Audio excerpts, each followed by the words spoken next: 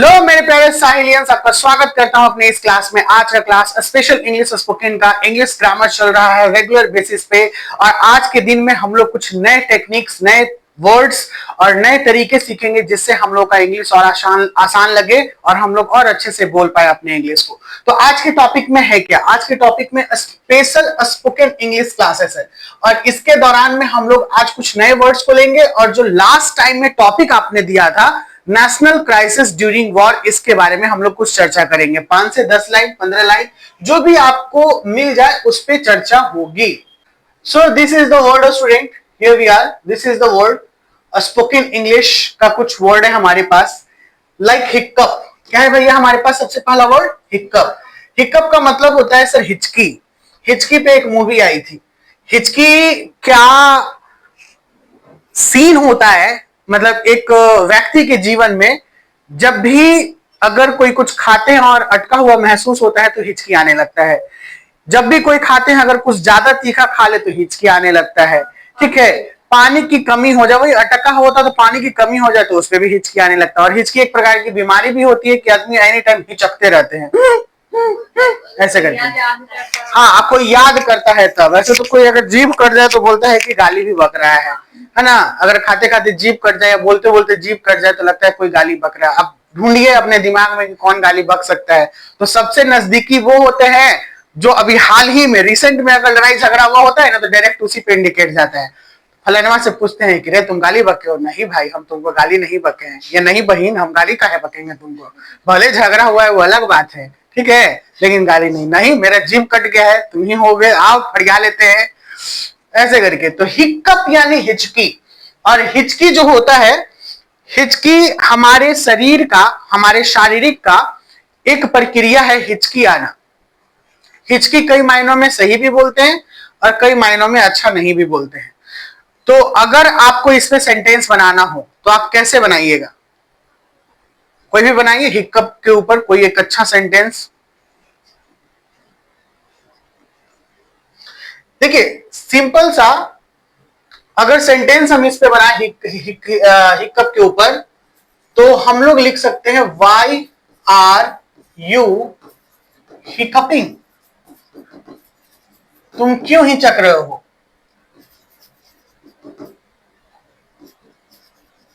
Wait and slowly ईट, रुको और थोड़ा धीरे धीरे खाओ।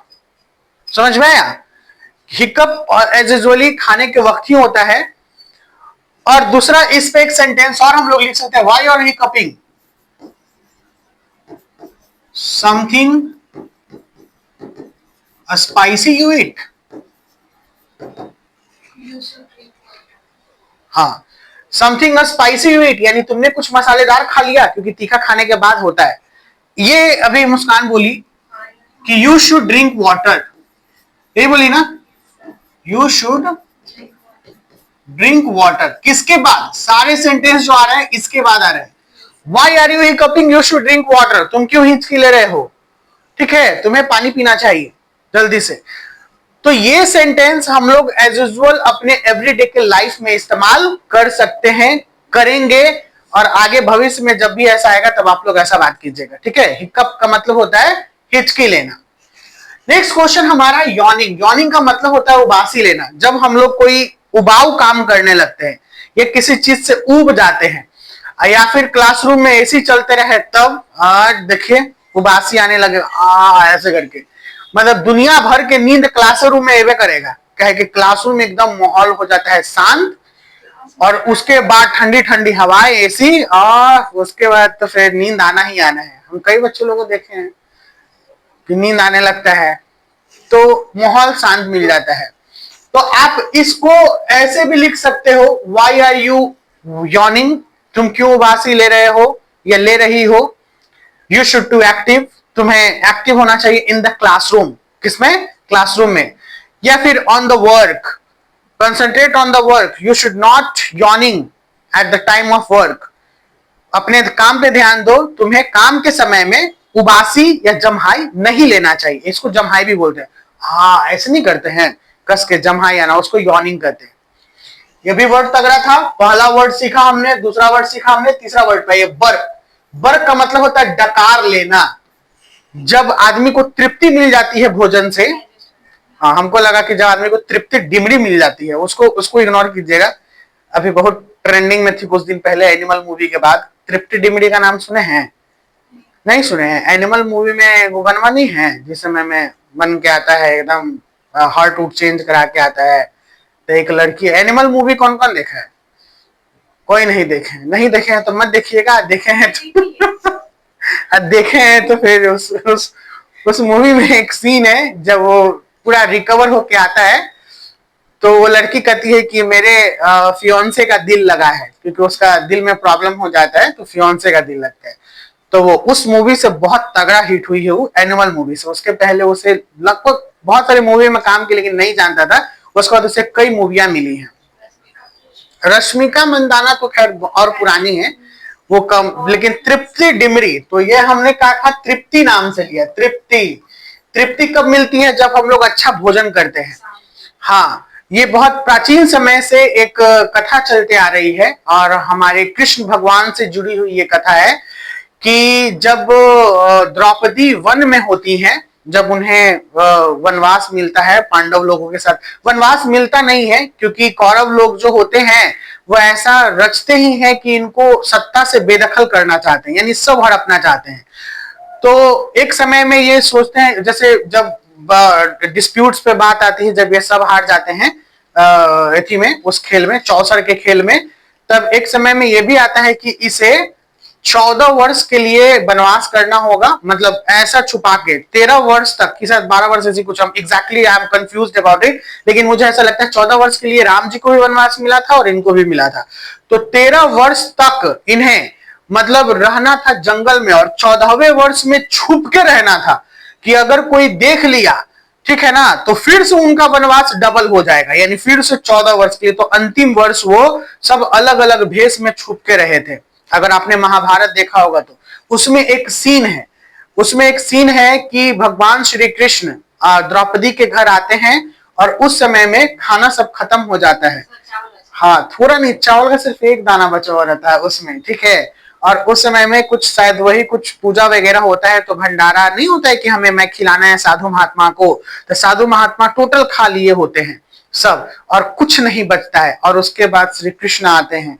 वहां पर आने के बाद फिर क्या माहौल बनता है, वो तो सखी बोलती हैं भगवान आप आइए बैठिए, वो इंतजार में। फिर वहां पे कि जा अब क्या करूं, अब तो ये हो गया। और भगवान श्री कृष्ण तो सब कुछ जानते हैं क्योंकि भगवान है, ठीक है ना, और वो अंदर में ही रोने लगती है। तो फिर वही वो एक दाना सिर्फ चावल खाते हैं, हाँ, पूरा एकदम वो तृप्त हो जाते हैं। यानी जो तृप्ति मिलती है, जैसे जब डकार आने का मतलब है कि मन भर जाना, वो डकार लेते हैं। फिर उसको कहते हैं सखी तुमने तो बहुत ही अच्छा खाना बनाया है।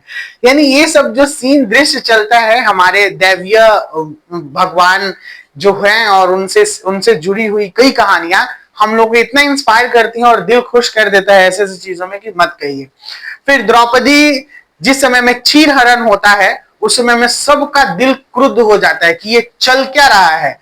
क्या ये दर्शक बैठे हुए इतने महान महान लोग सिर्फ यही बैठे हुए हैं कि सामने एक स्त्री का चीर हरण हो जाए।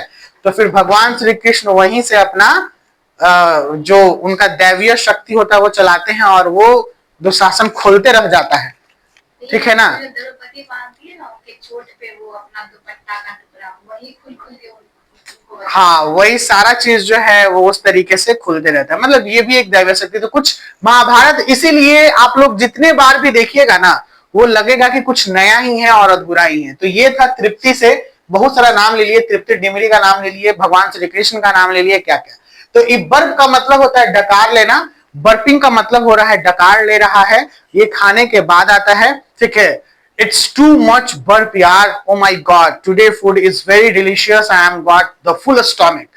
मतलब इसको हम लोग बोल सकते हैं कि बहुत डकार आ रहा है यार। इसका मतलब है कि मैंने आज बहुत ही अच्छा डिलीशियस खाना खाया है और मेरा पेट भर गया एकदम, ठीक है ना। I am full of stomach का मतलब मेरा पेट भर गया है। इस तरीके से बात कर। अगला है स्लर्प। स्लर्प का मतलब होता है कुछ पीते वक्त चूसने की आवाज। कई लोगों को आप चाहे सुर सुर करके पीते हुए देखते होंगे, और कभी कभी हम भी ऐसा ही ट्रेनिंग करते हैं। मतलब कभी कभी ऐसा ही मन करता है कि इसी तरीके से जब चाय बहुत टेस्टी होता है तो, या फिर अगर आप जूस वगैरह पी रहे हो तो कई में लास्ट वाला जब बजता है तो आवाज आने लगता है स्ट्रो से, तो उसी को स्ट्रो वाली साउंड को हम लोग, या फिर जो चूसने वाली साउंड होती है चुर, वो स्लर्प कहते हैं। क्या कहते हैं? स्लर्प। सूप उप भी वगैरह स्लपी होता है। स्लपी मतलब वही उस तरीके से मुंह में कुछ कुछ चीजें चली आती है, वेजिटेबल्स वगैरह, तो वो साउंड आने लगता है। अगला है स्नीफ। स्नीफ का मतलब होता है सूंघना। क्या होता है? सूंघना। स्निफ वर्ड आया है असनफ से। असनफ का मतलब एक चुटकी सूंघनी। हालांकि ये स्नफ अलग वर्ड है, अभी आपके चैप्टर 3 में आपने पढ़ा होगा, क्लास 12th के इंग्लिश में ये पढ़ना था। अ पिंच ऑफ स्नफ, जो क्लास 12th के स्टूडेंट होंगे वह जानते होंगे जो हमसे पढ़े हैं। और अस्निफ का मतलब होता है सूंघना, यानी किसी चीज को जब सूंघते हैं तो sniffing. I am sniffing the perfume the present here, यानी ऐसा नहीं होता है कि हम लोग परफ्यूम कैसे मार के, स्मेलिंग भी हम लोग बोल सकते हैं कि I am smelling the perfume, लेकिन एक स्मेल और स्निफ, हाँ ये थोड़ा एडवांस वर्ड है। Sniffing, I am sniffing the perfume यानी सूंघना। और लास्ट है पैंट। पैंट भी बहुत सारे चीजों में आप इस्तेमाल कर सकते हैं कि सर पहनने वाला में इस्तेमाल करें या फिर लगाने वाला में। तो ये पैंट जो आप लोग देख रहे हैं, there are lot of pant here. हाफना, क्या हो गया? हाफना, ठीक है। हाफना का मतलब क्या हो गया भैया? जब हम लोग चलते हैं ऐसे ऐसे करने लगते हैं, तो इसको हम लोग हाफना कहते हैं। तो आप इसको ऐसे कह सकते हैं कि वाई आर यू पेंटिंग, ये शब्द इस्तेमाल कर सकते हैं, तुम क्यों हाफ रहे हो? ओ माई गॉड यार, आई एम वेरी आई क्या बोलते हैं, मैंने आज एक जंगली कुत्ते से पीछा छुड़ाया, ठीक है, तो I am just saving my life from a mad dog, यार, that's why I'm running too fast and I'm panting. मैं यहाँ पे हाफ रहा हूँ। इसका हिंदी हुआ कि मैं अपने जान बचा के भागा हूँ एक पागल कुत्ते से, दौड़ते दौड़ते भागा हूँ यहाँ पे आके, इसीलिए मैं हाफ रहा हूँ यहाँ पर, ठीक है। तो ये जो हो गया, ये आज के सेशन में स्पोकन का कुछ 5 वर्ड है जिसे मैंने बताया है, आप अपने अंदाज में इसे लिख के लाना है, ओके। हाँ, सेंटेंस अपने अंदाज में, like a daily basis of your events, या daily basis of your movement, your क्षण जो भी बिताते हैं उसमें ये सारी चीजों को इंक्लूड कर लेना है। कोई दिक्कत क्या? समझ में आया? बच्चा लोग जो अभी कुछ देर पहले मौजूद हुए हैं वो लिख लिए हैं क्या ये सब? तो इसे जल्दी से लिख लीजिए, और उसके बाद अभी तुरंत क्या स्टार्ट होने वाला है? चेहरे पे आ गई मुस्कान, मुस्कान है मौजूद, पायल है मौजूद, अभी आने वाली है। क्या है? National crisis during war, the trending topic of today's era. Bye bye student. So see you soon again with the new topic, the spoken English today. Representing by my student, my Sahelians. Okay? बहुत जल्द मिलेगा आपको different view में different concepts. Bye bye. Take care.